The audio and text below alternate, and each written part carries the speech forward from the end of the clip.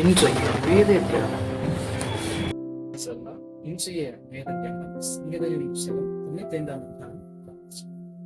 நம்மை உண்டாக்கின கர்த்தருக்கு முன்பாக பணிந்து விழுந்து முழங்காற்படியிட கடவுள் வாருங்கள் என்று வேதம் சொல்கிறோம். வேதத்துல நம்ம வாசிக்கும் என்று சொன்னால் நம்மை உண்டாக்கினவர் அவருக்கு முன்பாக எப்படி இருக்க வேண்டும் என்று சொன்னால் பணிந்து விழுந்து முழங்கால் படியிடுவோம் அப்படின்னு வேதம் சொல்லுவோம். முழங்கால் என்பது முழங்காலில நிற்பது என்பது ஒரு விசேஷமான காரியம். முகம் சாதிக்காத முழங்கால் சாதிக்கும் என்று நம்ம பழமொழிப்போம்.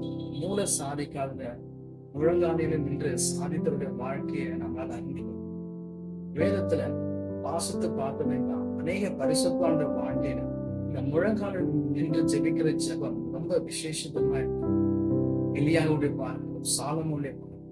வேதத்துல தானியலை குறிச்சு நம்ம பார்க்க வேண்டும் சொன்னா தரியு ராஜா நாட்களில தானியல் அங்க இருக்கப்படும் போது தானியலை குற்றப்படுத்தும்படியான அநேக காரியங்கள் கடந்து வந்தாலும் வேதம் சொல்லுகிறது தானியல் 6:10 நாம் வாசிக்கிறது அவன் முழங்கால் படிட்டு ஜபம் பண்ணி கொண்டிருந்தான். அப்படிப்பட்ட ஜபம் வேதம் சொல்லுகிறது சிங்கங்களுடைய வாய்களுக்கு அவன் தப்புகிறது. அதே இடத்துல அடிமையாய் கொண்டு போகிற இடத்துல அவனை ஒரு நல்ல ராஜாவை காத்தாச்சு. வேதம் சொல்லுகிறது தானியலுடைய காரியம் ஜெயமாய் மாறினது.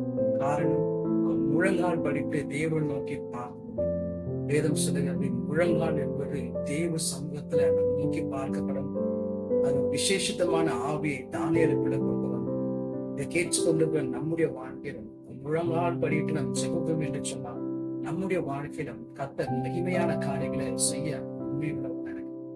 கர்த்தர் இந்த வார்த்தை நிமித்தம் நன்மை நடக்கும்.